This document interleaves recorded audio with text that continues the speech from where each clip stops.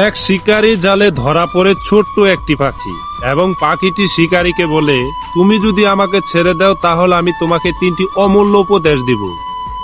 এই ভিডিওর গল্পটা খুবই গুরুত্বপূর্ণ, অবশ্যই মনোযোগ সহকারে সম্পূর্ণ গল্পটা শুনবেন। পাখির এই কথা শুনে শিকারী রাজি হয় এবং বিশ্বাস করে, তুমি যদি আমাকে সত্যি 3টি ভালো উপদেশ দিতে পারো তাহলে আমি তোমাকে ছেড়ে দেব। এ কথা শুনে পাখি এক এক করে 3টি উপদেশ দেয়। উপদেশ নাম্বার 1, হাত থেকে ফসকে যাওয়া কিংবা হাত থেকে চলে যাওয়া জিনিস নিয়ে কখনোই জীবনে আফসোস করবে না এবং কারো অসম্ভব কথায় কখনো বিশ্বাস করবে না, সেটা সত্যতা না যাচাই করে। এবং 3 নম্বর উপদেশটা এমন ছিল, অতীতের কোনো ভুল থেকে এখনো কেঁদো না, মানে অতীতের কোনো ভুল থেকে বর্তমান সময়ে কেঁদো না। পাখির এই কথা শুনে শিকারীটি বিশ্বাস করে এবং ভালো উপদেশ মেনে নেয় এবং পাখিটিকে শিকারী ছেড়ে দেয়।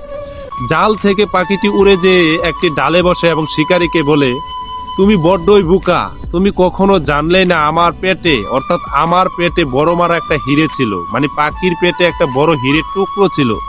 এই কথাটা শোনা মাত্রই শিকারী মাথায় হাত দিয়ে বসে পড়ে এবং আফসোস করে। তখন পাখিটি শিকারীকে দেখে হেসে হেসে বলে, তুমি এখনই আমার উপদেশ ভুলে গেলে, আসলে তুমি বড্ডই বোকা। আর আমি বলেছি না, হাত থেকে ফসকে যাওয়া জিনিস কিংবা চলে যাওয়া জিনিস সেটা নিয়ে কখনোই আফসোস করবে না। তুমি কিভাবে ভাবলে আমি ছোট্ট একটা পাখি, আমার পেটে এত বড় বড় হিরে টুকরা আটে? এটা অসম্ভব ভুল।